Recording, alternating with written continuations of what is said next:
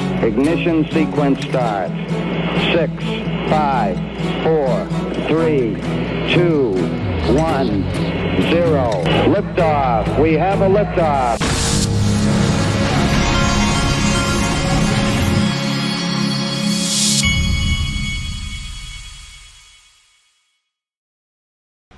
Hey everybody, this is the Digital Asset Investor, and I've been putting this video together, and I'm dreading what I have to do after it. It's Christmas Eve, and I have to put something together that I have been putting off putting together for a while. So what I'm going to do, I have a plan. I do not I don't drink alcohol during the day, except unless it's on a Christmas Eve or a Christmas Day. I might have a little drink. So what I did, I went out and got myself some Kahlua. I'm gonna make myself a cup of coffee, and I'm gonna head down and work on this, to go get my toolbox, and I'm gonna go to work. But trust me, I'm dreading it. And we shall see. It's one of those things. My dad used to tell me that when I was a kid, he and my grandfather would stay up late at night putting together big wheels and stuff, and when they did that, my grandfather, he would go through about a 6-pack of beer and just be cussing and all this about how they always leave out a bolt or something. So now it's my turn, but I'm gonna have Kahlua and coffee while I cuss about the bolts missing. All right, so check it out. The market has taken off a little bit. We've got Bitcoin is up, trying to get on back up to 100,000. XRP's at $2.33, and then we got this from Fiat Leak. Ripple initiates. Wait a minute.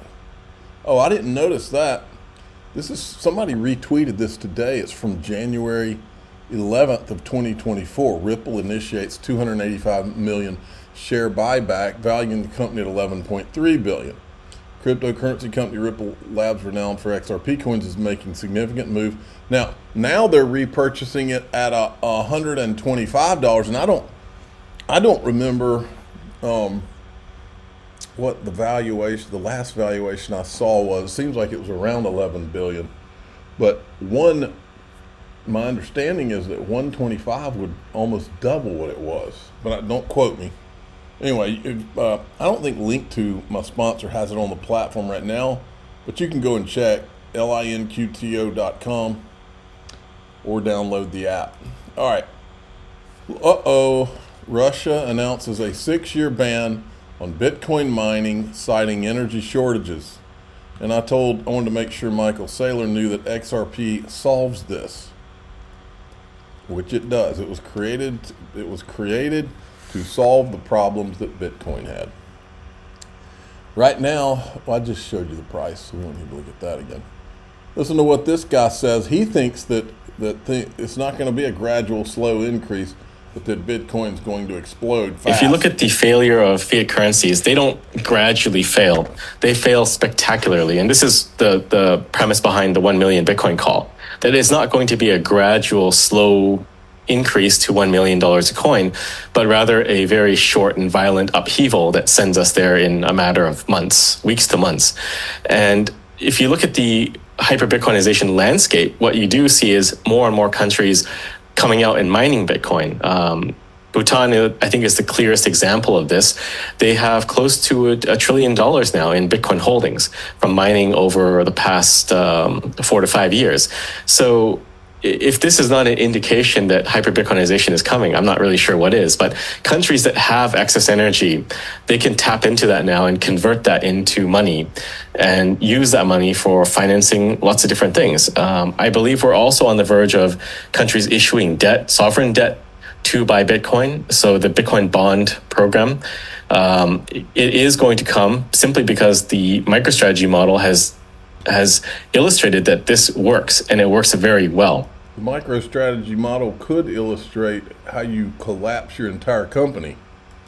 And it's just simply a matter of time before a country pulls that trigger and unleashes a torrent of sovereign debt to acquire Bitcoin.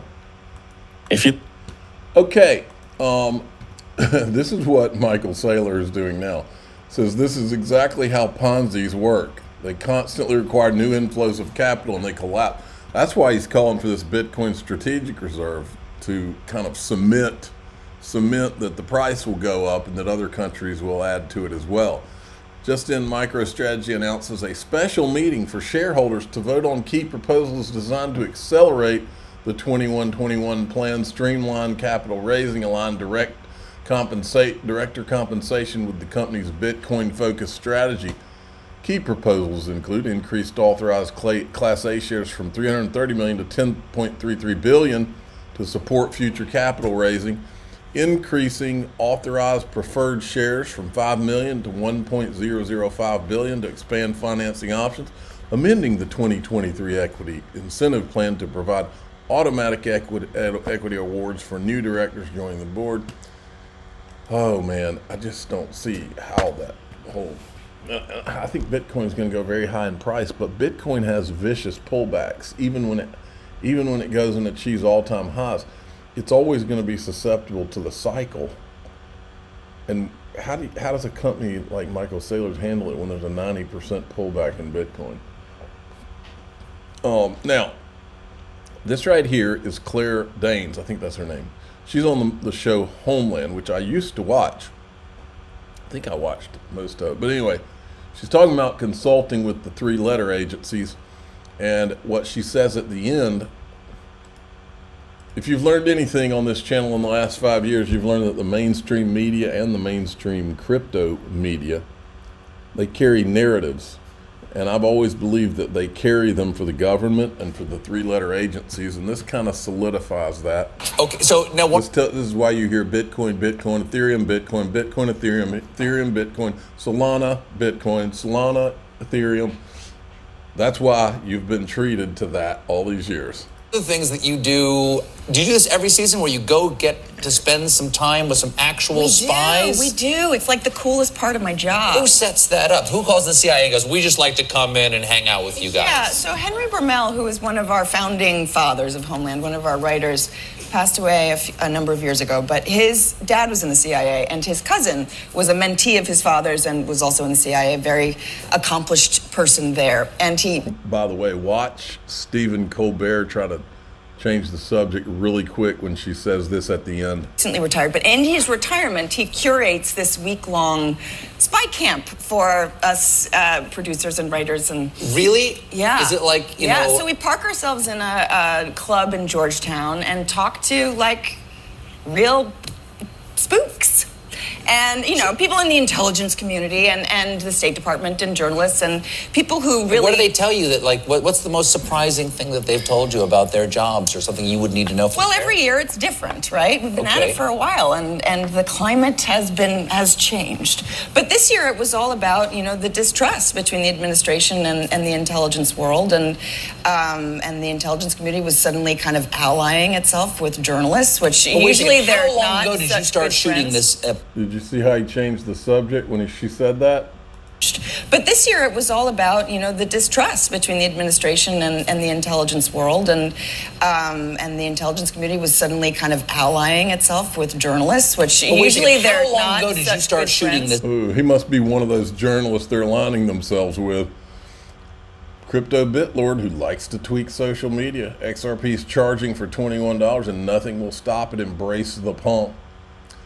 This is one thing that just always blows my mind. Anytime we're in bear markets, people like me, if I am too optimistic and positive about XRP, I'm called hype and all this stuff, and you can't say that.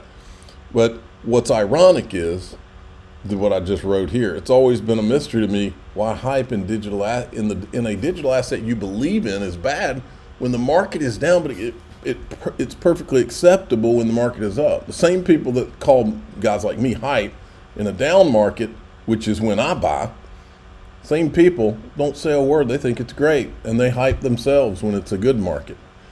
And the irony is that the exact opposite should be the case. If you really believed in XRP, you're much better off if you listen to those that others criticized in the bear market as being nothing but hype merchants. That's the fact, Jack. I believe in XRP. I believed in XRP when it wasn't fashionable and still do.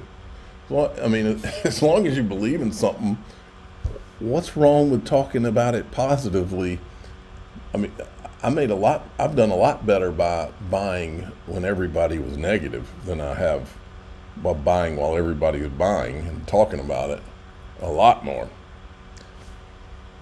Here's Chad Steingraber. We're about to break even on the XRP daily flows and flip green. Xmas rally incoming.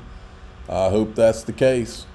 The Digital Chamber's talking about all the things the SEC needs to do in the new year under new leadership. And I said the SEC under Gary Gensler went after companies who were trying to do things right and were focused on utility while they allowed Ponzi's and frauds to continue. They were meeting with many of them, actually. Sam Bankman-Fried. The new SEC should flip the script and do the opposite. Go after the frauds. Go after these people that are creating these pump and dump meme coins that are never going to do anything. How about that? You might actually catch some bad guys then. I went to Grok and I said, if Bitcoin had if XRP had the Bitcoin market cap, what would the price be approximated to be?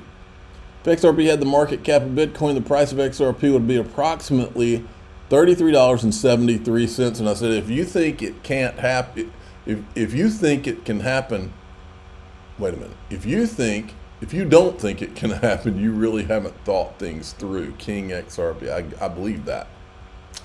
Just in, XRP becomes the most traded altcoin on Binance this December. And finally, I'm gonna play this. This is the guys from First Ledger. They're going to be a sponsored XRP Las Vegas. You can go to xrplasvegas.com to buy tickets. It's going to be pretty much sold out. There's going to be thousands of people there this year.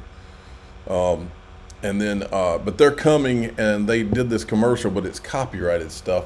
They did two commercials. They did this one. I'll play them both in the group. But in DAIXRP.com, I'm also going to go over two things that are extremely important and you must do by the end of this year if you either own an LLC, one or more, or both of these things. You're going to have to do the LLC thing, and if you own crypto, you're going to have to do this by the end of the year to protect yourself. Both of these, you could get in big trouble if you don't do both things, and I'll talk about them in DAIXRP.com. I'm the digital asset investor. I'm not an investment advisor. This is for entertainment purposes only. Please subscribe, hit the like button, tell your friends and family. Away we go.